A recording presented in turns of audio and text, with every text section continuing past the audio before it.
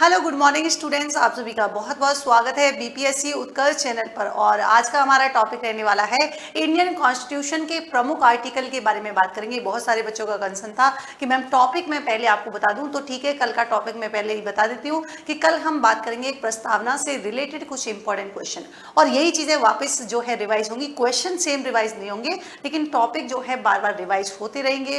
दोबारा हम लोग आर्टिकल के बारे में पढ़ लेंगे, दोबारा प्रीएम्बल्स के बारे में पढ़ लेंगे, 10 क्वेश्चन। तो इस प्रकार से जो है एक तरीके से आपको बहुत सारे क्वेश्चंस भी मिल जाएंगे और कुछ एक्स्ट्रा इन्फॉर्मेशन भी मिल जाएगी। तो चलिए आइए शुरुआत करते हैं। और कल वाले क्वेश्चन में एक बच्चे ने कहा था कि मैम जब हम बात करते हैं राज्यसभा के निर्वाचन की बात करते हैं तो बिल्कुल उसमें एक ऑप्शन था आयरलैंड और दूसरा ऑप्शन था दक्षिण अफ्रीका। तो वहां पर जो है आप दक्षिण अफ्रीका कर लीजिएगा, और बाद में जो है क्या है, अगर हम संख्या की बात करते हैं तो आयरलैंड। ठीक है, चलिए अब मुझे पता नहीं वो सी ऑप्शन में था या डी में, बट आप उसको करेक्ट कर लीजिएगा। देखो यहां पर देखिए, फर्स्ट क्वेश्चन है कि निम्नलिखित में से कौन से भाग में आर्टिकल 12 से आर्टिकल 35 तक का उल्लेख किया गया है।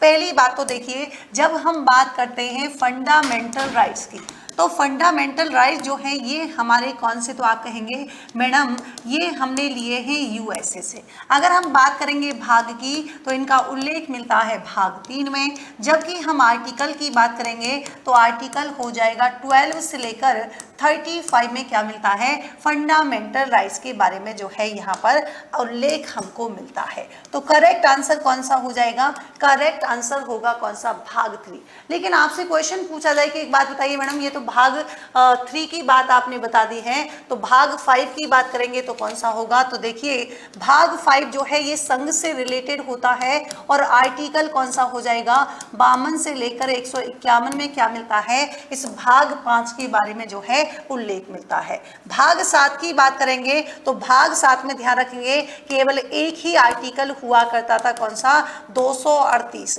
और इस आर्टिकल को कौन से संविधान संशोधन, तो 7वें संविधान संशोधन जो कि आपके 1956 में हुआ था, इसके तहत इसको क्या कर दिया गया, इसको जो है समाप्त यहाँ पर कर दिया गया। जो किससे संबंधित था, तो आप कहेंगे जो राज्यों के प्रशासनिक है ना, राज्यों के प्रशासनिक और विधायी, राज्यों के किससे, तो आप कहेंगे मैडम राज्यों के प्रशासनिक और विधायी संरचना से जो है क्या था, ये आपके संबंधित था।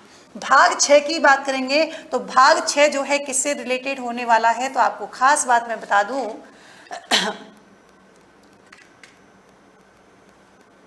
चलिए हाँ जी माफ कीजिएगा, चलो तो भाग 6 जो है किससे रिलेटेड हो जाएगा, भाग 6 जो है वो आपके राज्य से हो जाएगा। तो करेक्ट आंसर क्या होगा, करेक्ट आंसर हो जाएगा कौन सा, आपके ऑप्शन बी जो है आपके करेक्ट आंसर होने वाला है। चलिए नेक्स्ट क्वेश्चन चलेंगे। नेक्स्ट क्वेश्चन आपके यहाँ पर क्या होगा, आपने कहा कि मैडम एक बात बताइए, नागरिकों के लिए मतलब हमारे भारत के संविधान के आर्टिकल 51A की बात करेंगे तो इसके अधीन जो उपवन है वो किससे रिलेटेड है, मतलब द प्रोविजन अंडर आर्टिकल 51 का clause A of the constitution of India relate to, मतलब आपसे कह रहे हैं क्या ये आपके जो है uniform civil code for citizen, यानी कि नागरिकों के लिए एक समान सिविल संहिता से इंपॉर्टेंट है, या फिर ग्राम पंचायतों की व्यवस्था मतलब अरेंजमेंट ऑफ ग्राम पंचायत, या फिर शिक्षा का अधिकार राइट टू एजुकेशन, या फिर फंडामेंटल ड्यूटीज। तो देखिए आपको मैं एक बात बता दूं, सबसे पहले हम बात करेंगे आर्टिकल 51 के बारे में। तो आर्टिकल 51 जो है किससे रिलेटेड हो जाएगा,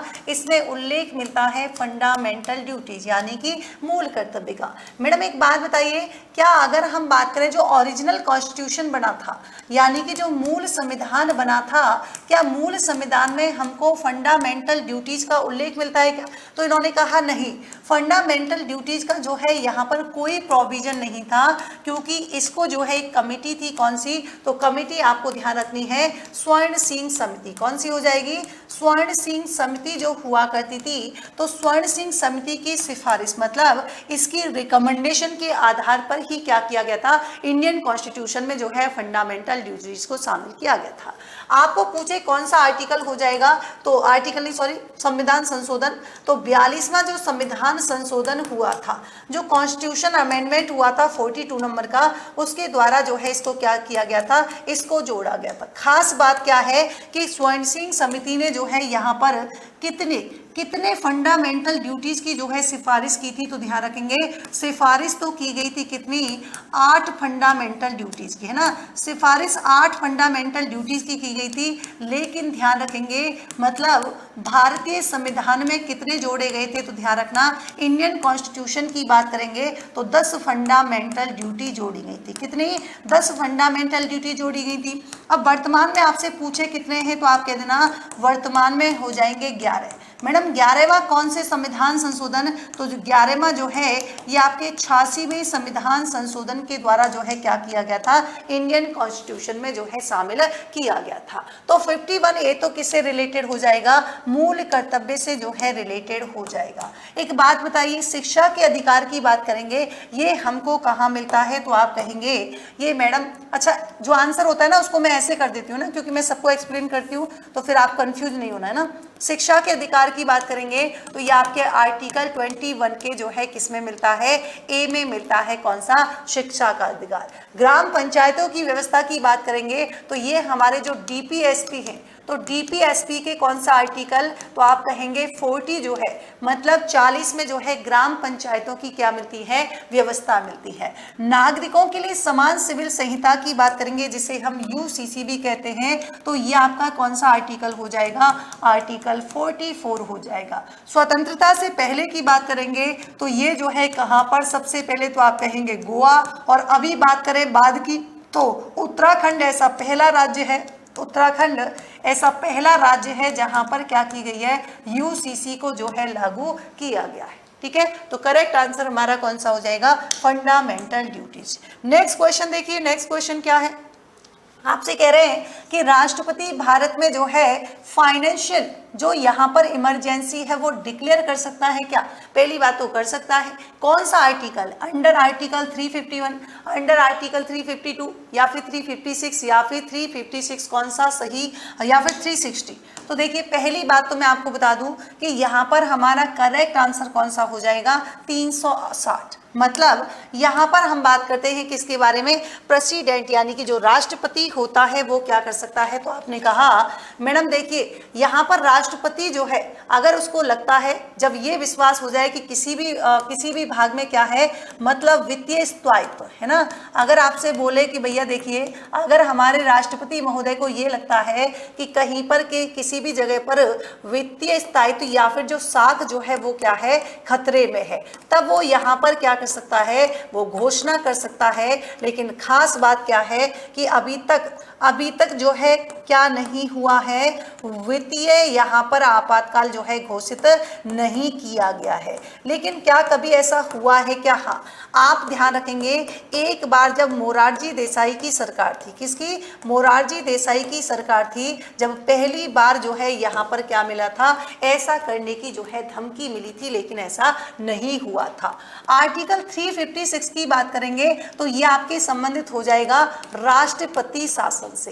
राष्ट्रपति शासन की अगर हम बात करेंगे तो देखिए राष्ट्रपति शासन का मतलब ये हुआ कि जो हमारी सेंट्रल गवर्नमेंट होती है, केंद्र सरकार को क्या है, अगर क्या है किसी भी स्टेट में, मतलब कोई भी जो राज्य होता है, तो आप कहेंगे किसी भी राज्य में संवैधानिक तंत्र विफल होने, कौन सा, तो आप कहेंगे यहाँ पर संवैधानिक तंत्र विफल होने की स्थिति में, है ना, अगर ये अनसक्सेसफुल हो जाता है तो ऐसी स्थिति में, विफल होने की स्थिति में क्या कर सकते हैं, तो आप कहेंगे भैया राज्य सरकार को निलंबित करने, है ना, मतलब स्टेट गवर्नमेंट जो है उसको क्या करने के लिए, सस्पेंड करने, तथा ध्यान रखेंगे राज्य का प्रशासन, है ना, सस्पेंड तो कर ही देते हैं, तथा कह रहे हैं कि जो स्टेट जो है इसका एडमिनिस्ट्रेशन किसके हाथ में आ जाता है, सेंट्रल गवर्नमेंट के हाथ में आ जाता है, जब आपके क्या लग जाता है, राष्ट्रपति शासन लग जाता है।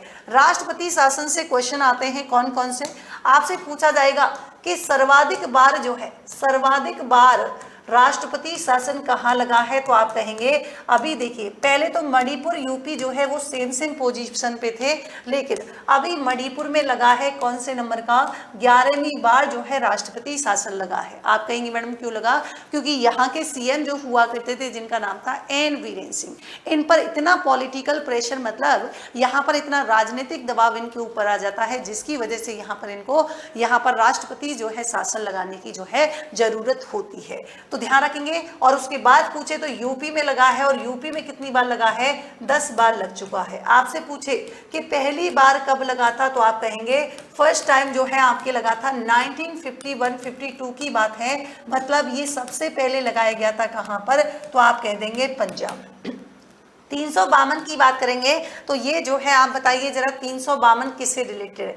मैडम जब एक बात बताओ, जब राष्ट्रपति शासन हो गया, वित्तीय आपातकाल हो गया, तो यहाँ पर आपके कौन सा हो जाएगा, राष्ट्रीय आपातकाल, है ना। राष्ट्रीय आपातकाल जो है यहाँ पर आप ध्यान रखेंगे, ठीक है। तो करेक्ट मतलब 352 में क्या हो जाएगा, तो आप कहेंगे यहाँ पर हम कर देंगे, जबकि 351 की बात करेंगे, है ना। 351 आपसे पूछ लिया जाए तो 352 समझ में आ गया, राष्ट्रीय आपात, जबकि 351 यहाँ लिख देते हैं अपन। ये किससे रिलेटेड है, तो ये कहेंगे भाई हिंदी भाषा जो है, हमारी हिंदी लैंग्वेज जो है, तो हिंदी भाषा के डेवलप के लिए, मतलब हिंदी भाषा के विकास के लिए क्या निर्देश, है ना। ये सारे जो है ये आपके कौन से आर्टिकल में दे रखे हैं, ये आपके 351 से जो है रिलेटेड यहाँ पर हो जाएंगे। चलो अगला क्वेश्चन करते हैं, हमारा 4th नंबर, पहली सबसे इजी क्वेश्चन है। इंडियन कॉन्स्टिट्यूशन का कौन सा आर्टिकल है जिसमें ये प्रोविजन किया गया है कि प्रत्येक राज्य में जो है क्या होगा, एक यहाँ पर राज्यपाल होगा। आर्टिकल 151, 152, 153, 154, बताइए जरा क्या करेक्ट आंसर होगा। तो आपने कहा मैडम देखो सिंपल सी बात आपको बताते हैं, राजा की बात करेंगे तो एक राजा हुआ करता था, है ना, चलो होता था, तो भाई उसका जो नाक है ना, तो ध्यान रखेंगे राजा का नाक, है ना, राजा का नाक योगा से साफ, किससे, राजा का नाक जो है वो किससे साफ किया जाता था, योगा से साफ किया जाता था। मैडम ये क्या बता रहे हो, तो जरा सुनते हुए चलिए। पहली बात तो आपसे कोई पूछे कि भैया ये आर्टिकल जो है कहाँ से शुरू होते हैं, तो आप एक सेकेंड रुकिएगा बस, ठीक है, चलिए। तो ध्यान रखेंगे यहाँ से आर्टिकल लिखिए जरा, 153, 154, 155, 156, 157, 158 और ये कौन सा हो जाएगा 159। मैडम ये क्या लिख दिया, अब देखिए जरा, आपको भूलने की जरूरत ही नहीं है। राजा का मतलब क्या होगा, प्रत्येक स्टेट जो होगा, है ना, प्रत्येक स्टेट जो होगा तो क्या होगा, प्रत्येक राज्य में एक राज्यपाल होगा। ये बात कहाँ पर लिखी हुई है, तो आपने कहा मैडम ये जो है आपके लिखी हुई है आर्टिकल 153 में, लेकिन ये बताना भूल गए कि क्या एक ही गवर्नर जो होगा, क्या एक या एक से अधिक जो स्टेट है वहां पर इस गवर्नर को अपॉइंट कर सकते हैं क्या, तो ये भूल गए। तो इन्होंने कहा कोई बात नहीं, भूले ही तो हैं, टेंशन क्यों लेनी, कुछ अमेंडमेंट कर देते हैं। तो यहाँ पर जो है इनके द्वारा क्या कर दिया गया, 7वां संविधान संशोधन जो है यहाँ पर किया गया, जो कि 1956 में किया गया था। और इसके तहत ये प्रोविजन किया गया कि भैया एक ही जो राज्यपाल होगा, मान लीजिए ये कोई राज्यपाल है, गवर्नर है, इसको क्या कर सकते हैं, एक या एक से अधिक, मतलब 2 या 2 से अधिक जो है राज्यों का क्या बनाया जा सकता है, गवर्नर जो है अपॉइंट किया जा सकता है। का मतलब क्या हो जाएगा कि राज्य की, स्टेट की जो एग्जीक्यूटिव मतलब जो कार्यकारी शक्तियां होती हैं, तो राज्य की सभी कार्यकारी पावर जो हैं वो किस में निहित होंगी, तो इन्होंने कहा वो भी गवर्नर में ही क्या होती हैं, वेस्टेड जो है यहाँ पर होती हैं गवर्नर में। 155 में कहा कि देखिए इसकी नियुक्ति जो है किसके द्वारा की जाएगी, तो इन्होंने कहा इसकी नियुक्ति जो है वो राष्ट्रपति करता है, तो हेड ऑफ नेशन होता है, लेकिन फिर भी यहाँ पर खुद से नहीं करता, मतलब सलाह तो लेगा ही ऑब्वियसली, है ना। कै का मतलब क्या हो जाएगा, कै का मतलब हो जाएगा कार्यकाल। मैडम गवर्नर का कार्यकाल कितना होता है, तो देखिए वैसे तो ये हमारा जो प्रेसिडेंट होते हैं राष्ट्रपति के प्रसाद पर्यंत तक रहता है, लेकिन अगर जनरली देखा जाए तो 5 इयर्स जो है इसका होता है, लेकिन बेसिकली होता कब तक है, तो आप कहेंगे ये हमारे जब तक हमारे प्रेसिडेंट है ना, तो राष्ट्रपति के प्रसाद पर्यंत जो है क्या होता है, तो आप कहेंगे ये आपके जो है क्या होता है कार्यकाल, लेकिन जनरली पूछे तो कितना हो जाएगा 5 इयर्स हो जाएगा। 157 की अगर बात करेंगे तो योगा से क्या हो जाएगा, योगा से हो जाएगा योग्यता। मैडम ये क्या मतलब हुआ, योग्यता इन्होंने कहा कि केवल 2 ही हैं, कौन कौन सी, एक तो वो सिटीजन होना चाहिए इंडिया का, वह भारत का नागरिक होना जरूरी है। मैडम एक बात बताइए, ऐसा कोई कंडीशन है क्या कि अगर वो इंडिया का सिटीजन है तो क्या बचपन से होना चाहिए, जन्म से होना आवश्यक है क्या, इन्होंने कहा नहीं। जन्म से होना आवश्यक नहीं है। अगर कोई अमेरिका का व्यक्ति अगर यहाँ पर इंडियन सिटीजन बन जाता है, मतलब उसको यहाँ पर मिल जाती है नागरिकता, तो वो भी यहाँ पर चुनाव क्या है यहाँ पर बन सकता है। ठीक है। दूसरी बात क्या है, वो 35 वर्ष की आयु पूर्ण कर चुका हो, है ना। 35 वर्ष की आयु पूर्ण कर चुका हो, इसका मतलब ये हुआ कि यहाँ पर कोई मैक्सिमम एज नहीं है ना, अधिकतम एज जो है यहाँ पर डिसाइड नहीं की गई है।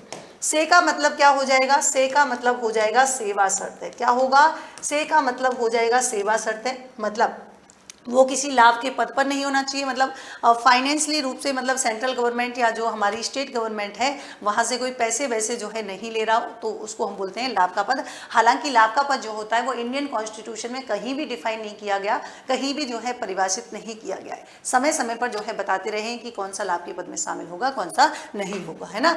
या फिर क्या है, तो आपने कहा साफ का मतलब क्या हो जाएगा, साफ का मतलब यहाँ पर हो जाएगा शपथ। शपथ जो है, शपथ ध्यान रखेंगे, इसको हाई कोर्ट के जो चीफ जस्टिस होते हैं, हाई कोर्ट के जो चीफ जस्टिस होते हैं वो क्या करते हैं, वो यहाँ पर जो है इनको शपथ दिलाते हैं।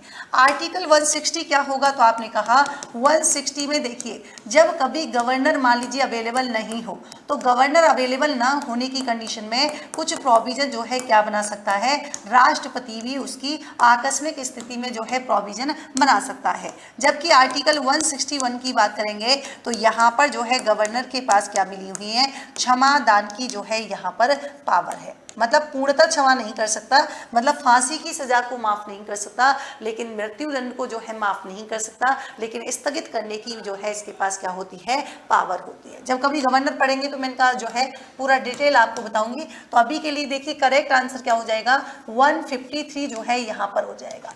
152 में क्या है, तो आप कहेंगे 152 में हो जाएगा राज्य की डेफिनेशन। क्या हो जाएगी, राज्य की डेफिनेशन जो है वो किससे हो जाएगी, तो 152 से जो है यहाँ पर होने वाली है। चलिए जरा अगला क्वेश्चन चलते हैं। अगला क्वेश्चन यहाँ पर क्या होगा, इंडियन कॉन्स्टिट्यूशन का कौन सा आर्टिकल जो है ये हमारे पार्लियामेंट को बताता है कि इलेक्शन से रिलेटेड जितने भी अफेयर्स हैं, जितने भी मामले हैं, तो मतदाता सूची और परिसीमन आदि के लिए कानून बनाने का राइट जो है यहाँ पर कौन से आर्टिकल में मिला हुआ है।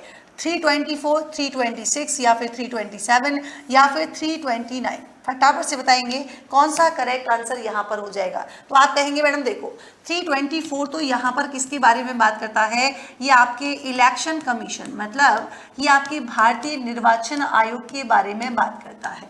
भारतीय निर्वाचन आयोग की बात करेंगे तो जरा देखिए, आपको बिल्कुल टेंशन नहीं लेनी है। मैडम एक बात बताइए, पहली बात तो निर्वाचन आयोग जो है इसका गठन कब किया गया, मतलब फॉर्मेशन कब किया गया, 25 जनवरी 1950 को किया गया था। इसीलिए हम 25 जनवरी को क्या मनाते हैं, तो आपने कहा यहाँ पर हम इसको जो है मतदाता दिवस के रूप में क्या कर लेते हैं, सेलिब्रेट कर लेते हैं। मैम किस प्रकार का निकाय है, मतलब किस प्रकार का जो है ये आपके है, तो बॉडी किस प्रकार की है, तो आपने कहा मैडम देखिए शुरुआत में जो है ये 1 मेंबर बॉडी हुआ करती थी। 1 मेंबर बॉडी का मतलब क्या हो गया, एकल निकाय, एक ही व्यक्ति हुआ करता था जिसे हम मुख्य चुनाव आयुक्त के रूप में जानते थे। तो अगर पूछे ओरिजिनल में तो मूल संविधान में केवल एक ही व्यक्ति हुआ करता था, लेकिन ध्यान रखेंगे 1989 में जो है इसकी सदस्य संख्या बढ़ाकर 1+2 कर दी गई। मतलब एक तो चीफ इलेक्शन कमिश्नर होगा और दूसरे जो है क्या होंगे, अदर इलेक्शन कमिश्नर होंगे। लेकिन यहाँ पर इनको जो है परेशानी हुई, 1990 में जो है ऑर्डर रद्द कर दिया गया और वापस से जो है यहाँ पर क्या कर दी गई, 1 मेंबर बॉडी फिर से कर दी गई। लेकिन फिर भी संतुष्टि नहीं हुई। अक्टूबर 1993 की बात करेंगे तो अक्टूबर 1993 में जो है कितना, वापस से 1+2 कर दिया गया और प्रेजेंट टाइम में भी कितना है, 1+2 जो है यहाँ पर है। ध्यान रखेंगे अगर आपसे पूछे भारतीय निर्वाचन आयोग का उल्लेख जो है कहाँ से, तो आर्टिकल 324 से लेकर 329 में क्या किया गया है, इसका प्रोविजन यहाँ पर किया गया है। दूसरा आपसे कोई पूछे कि देखिए किस प्रकार का निकाय, तो कॉन्स्टिट्यूशन में जब इसका उल्लेख मिलता है तो डेफिनेटली कौन सा होगा, संवैधानिक ही निकाय होगा। आपसे पूछे कि फर्स्ट चीफ इलेक्शन कमिश्नर का नाम बताइए जरा, तो आप कह देना मैडम उनका नाम हो जाएगा सुकुमार सेन। क्या हो जाएगा, उनका नाम है सुकुमार सेन। मैडम क्या यहाँ पर क्या यहाँ पर कोई जो है क्या बनी है, कोई चीफ इलेक्शन कमिश्नर बन चुकी है क्या महिला? बिल्कुल बिल्कुल ध्यान रखेंगे, बी रामा देवी जो है क्या है, ये आपकी इलेक्शन कमिश्नर जो है आपके रह चुकी है। मैडम एक बात बताइए, अगर यहाँ पर बात करेंगे कि इनकी नियुक्ति कौन करता है, अपॉइंट कौन करता है, तो आप कहेंगे देखिए मैडम इनको अपॉइंट करने का काम करता है कौन? राष्ट्रपति। एक कमेटी होती है, कैसे होती है वो कभी जब इलेक्शन कमीशन आएगा तब मैं आपको बताऊंगी। यहाँ पर तो हम बात कर रहे हैं केवल इस थोड़े से एग्जाम्पल देके कि यहाँ पर आंसर जो है हम कैसे ला सकते हैं। तो देखिए जब हम बात करते हैं निर्वाचन जैसी संबंधी बात करते हैं तो करेक्ट आंसर जो है यहाँ पर कौन सा हो जाएगा, तो आप कहेंगे आर्टिकल 327 जो है यहाँ पर हो जाएगा। कौन सा? 327 यहाँ पर जो है करेक्ट आंसर होने वाला है। ठीक है, चलिए 326 इसमें जो है वयस्क मताधिकार की बात की गई है। अगला क्वेश्चन देखिए, संविधान का कौन सा आर्टिकल है जहां पर कार्यपालिका से न्यायपालिका को अलग मतलब सेपरेट करने की बात जो है कौन सा प्रोविजन बताता है? आर्टिकल 141, आर्टिकल 50, आर्टिकल 73 या फिर आर्टिकल 72? तो आप कहेंगे मैडम देखिए जब हम बात करते हैं किसके बारे में तो आपको बताना है कि सुप्रीम कोर्ट के द्वारा घोषित जो है क्या होगा, तो आप कहेंगे 73वें संघ की कार्यकारी शक्ति है। क्या है? 73 में जो है किसके बारे में बात की गई है? संघ की कार्यकारी शक्ति जो होगी, एग्जीक्यूटिव जो यहाँ पर पावर होगी, उसके बारे में कौन सा आर्टिकल बताता है? 73 जो है आर्टिकल बताता है। जबकि 72 की बात करेंगे तो यहाँ पर हमारा जो प्रेसिडेंट होता है इसके पास कौन सी पावर है, तो आप कहेंगे यहाँ पर जो है क्षमादान की शक्ति है ना, यहाँ पर क्षमादान की पावर जो है वो किसके पास है? प्रेसिडेंट के पास भी है, गवर्नर के पास भी। डिफरेंस इतना है कि प्रेसिडेंट जो है आपकी मृत्युदंड को भी माफ कर सकता है, लेकिन गवर्नर जो होता है वो सैन्य मामलों और फांसी की सजा और मृत्युदंड को माफ नहीं कर सकता, लेकिन उसको जो है स्थगित करने की पावर जो है वो आपके गवर्नर के पास होती है। ठीक है, चलिए देखिए 50 में बात करेंगे तो यहाँ पर जो जुडिशरी जो है ना, ये न्यायपालिका जो है, न्यायपालिका का क्या किया गया है, तो एग्जीक्यूटिव इससे जो है इसका क्या किया गया है, इसको सेपरेट किया गया है। ये बात जो है आर्टिकल अपने 50 में मिलती है। आर्टिकल 41 की बात करेंगे, जरा देखिए इसमें क्या है, तो ये कह रहे हैं कि सुप्रीम कोर्ट ने कुछ भी कह दिया, मतलब सुप्रीम कोर्ट के द्वारा दिए गए जितने भी निर्देश हैं वो क्या होंगे? सभी अदालतों पर, मतलब जो इसके अधीन जो इसके गवर्न जो होते हैं, तो सभी अधीनस्थ जो भी न्यायालय होंगे, जो भी अदालतें होंगी, उन पर क्या होंगे, तो आपने कहा उन पर कंपल्सन होगा, मतलब बाध्यकारी जो है यहाँ पर होंगे। ये जो है आप ध्यान रखिएगा। तो जरा बताइए करेक्ट आंसर क्या होगा? करेक्ट आंसर हो जाएगा ऑप्शन हमारे बी। चलिए नेक्स्ट क्वेश्चन देखिए, आपने कहा मैडम एक बात बताइए, इंडिया के कॉन्स्टिट्यूशन की बात करेंगे तो कौन सा आर्टिकल हमको बताता है कि सुप्रीम कोर्ट के जो यहाँ पर न्यायाधीश होंगे उनकी योग्यताओं के संबंध में प्रावधान करता है? Which article of the constitution of India provided regarding the qualification of the जजेस ऑफ द सुप्रीम कोर्ट? तो आपको बताना है आर्टिकल 124 का 1 या 2 या फिर 3 या फिर 4, कौन सा जो है आपके यहाँ पर सही होगा? बताइए जरा। पहले कहा कि गठन करेंगे, नियुक्ति करेंगे।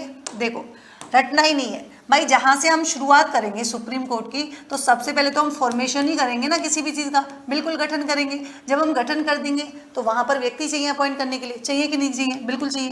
तो यहाँ पर हम नियुक्ति कर देंगे 2 में। एक बात बताओ, किसकी नियुक्ति करेंगे? जब हमें किसी की क्वालिफिकेशन पता होगी तभी तो नियुक्ति करेंगे ना, तो योग्यता चाहिए, तो ध्यान रखेंगे थर्ड में क्या है, थर्ड में हो जाएगी योग्यता। जब हमको योग्यता पता चल गई तो हम साथ साथ ये भी बता देते हैं कि हम देखो आपको कैसे हटाएंगे। तो हटाने की बात जो है ध्यान रखेंगे, पद से हटाने की बात जो है वो आपके 124 के 4 में की गई। अब बताइए कौन सा होगा? अब याद रहेगा परमानेंट। चलो आर्टिकल 124 का क्या हो जाएगा? क्लॉज 3 जो है इससे आपके रिलेटेड होने वाला है। अगला क्वेश्चन देखिए, अगला क्वेश्चन चलते हैं, बहुत ही इजी सा क्वेश्चन है मैडम। कौन से? 26 नवंबर 1949 को पूछ रहे हैं कि इंडियन कॉन्स्टिट्यूशन के जो है कितने आर्टिकल लागू हो गए थे।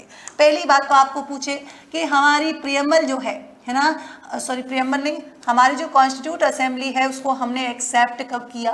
तो आपने कहा एक्सेप्ट तो हमने 26 नवंबर 1949 को किया था। लेकिन हमारा कॉन्स्टिट्यूशन जो है, मतलब हमारा संविधान लागू कब हुआ था, तो ध्यान रखेंगे लागू हुआ था ये कब, तो 26 जनवरी 1950 को। कब हुआ था? 26 जनवरी 1950 को हुआ था। लेकिन संविधान सभा की जो अंतिम बैठक हुई थी वो कब हुई थी, तो ध्यान रखेंगे अंतिम बैठक हुई थी 24 जनवरी, है ना, 24 जनवरी 1950 को जो है क्या हुई थी, अंतिम यहाँ पर बैठक हुई थी, है ना। और 26 जनवरी 1950 को हमने यहाँ पर क्यों लागू किया था, तो देखिए इसमें ऐसा प्रोविजन था कि भैया 25 जनवरी 1950 तक तो हमारा इंडिया जो है वो हमारे क्या था, एक डोमिनियन स्टेट के रूप में काम कर रहा था। इसका मतलब भले ही हम 15 अगस्त 1947 को भले ही हम आज़ादी मनाए, लेकिन पूर्ण रूप से हम स्वतंत्र हुए थे कब, 26 जनवरी 1950 में। ठीक है, चलिए तो करेक्ट आंसर क्या होगा,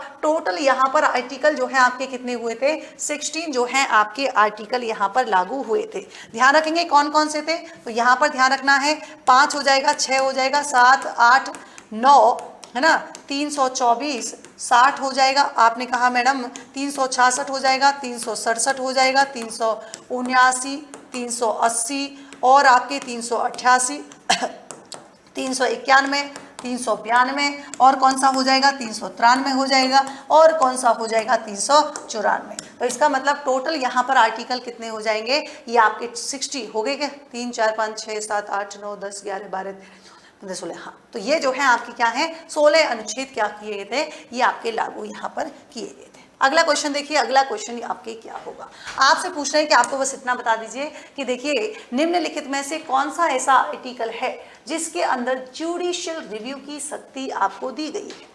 क्या आर्टिकल 223 होगा, 123 होगा, 13 होगा या फिर 12 होगा। देखिए जरा, अगर आपसे पूछे स्टेट की डेफिनेशन कहाँ पर दी गई है, आप कहेंगे 12 में। आपसे पूछे जुडिशियल रिव्यू की बात कहाँ पर की गई है, तो आप कहेंगे 13 में। कंफ्यूज नहीं होना है ना, जुडिशियल रिव्यू 13 में भी मिलता है।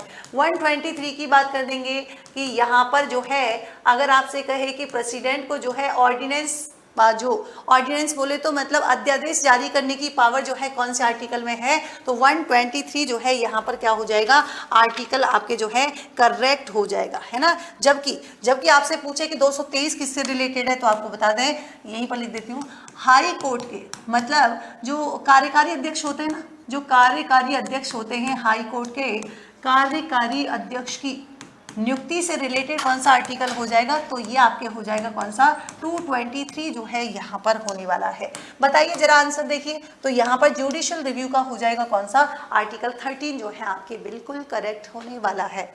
चलिए आज का लास्ट क्वेश्चन चलते हैं, लास्ट बट नॉट लीस्ट। आज का हमारा क्वेश्चन है कि निम्नलिखित में से कौन सा संविधान संशोधन था जिसके द्वारा ये प्रोविजन किया गया कि आपातकाल के दौरान आर्टिकल 20 और 21 जो है वो आपके सस्पेंड नहीं किए जा सकते हैं। क्या 24वां संविधान संशोधन, 42वां, 44वां या फिर 86वां, कौन सा यहाँ पर होगा, बता दीजिए। तो देखिए आपने कहा मैडम, देखिए अगर हम बात करेंगे इसके बारे में कि कौन से संविधान संशोधन, तो करेक्ट आंसर आपके कौन सा हो जाएगा, करेक्ट आंसर हो जाएगा, करेक्ट आंसर हो जाएगा कौन सा, 44वां संविधान संशोधन जो है इसके द्वारा ये प्रोविजन किया गया था। 42वां संविधान संशोधन तो आप वैसे ही जानते हो कि 42वां जो है इसमें आपकी एक बात कही गई थी, एक तो प्रस्तावना जो है ना, एक तो प्रस्तावना में कौन से 3 शब्द जोड़े गए थे, कौन कौन से थे, तो आपके जो है समाजवादी, है ना, सोशलिस्ट, समाजवादी, और एक आपके कौन सा था, पंथ निरपेक्ष, है ना, पंथ निरपेक्ष, और तीसरा कौन सा था, इंटीग्रिटी, यानी कि अखंडता जो है यहाँ पर जोड़े गए थे। ठीक है, और 42वें संविधान को ही कहा जाता है मिनी कॉन्स्टिट्यूशन।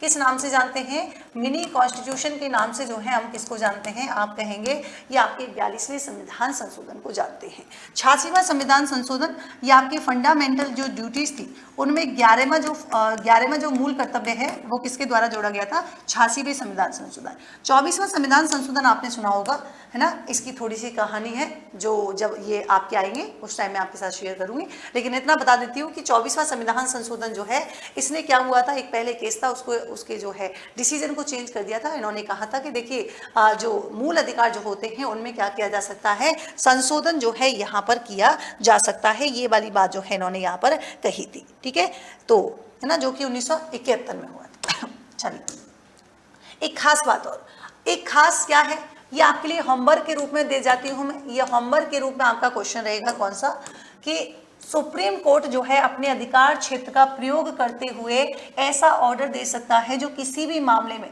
पूर्ण न्याय करने के लिए आवश्यक है। ये शक्ति जो है किस अनुच्छेद में दी गई है? आर्टिकल 124, 32, 142 या 141? इसका आंसर बताना है आपको कमेंट बॉक्स में, और आप लोग जो है अपने सजेशन भी मुझे दे सकते हैं। आपको कोई भी चीज़ जिसमें भी आपको लगता है वो सारी चीज़ों है आप कमेंट बॉक्स में बता सकते हैं, ताकि उन चीज़ों को जो है और भी इम्प्रूव किया जाएगा। ठीक है, कल मिलते हैं। Thank you so much. और कल से टाइम जो है आपकी फिक्स 10 बजे, आपको 10 या 10:30 बजे के बीच में आपको क्लास मिल जाएगी। तो क्लास को ज़्यादा से ज़्यादा लाइक कर दें, शेयर कर दें, और हमारे चैनल को सब्सक्राइब नहीं किया है तो चैनल को सब्सक्राइब भी कर दीजिएगा। Thank you so much, take care.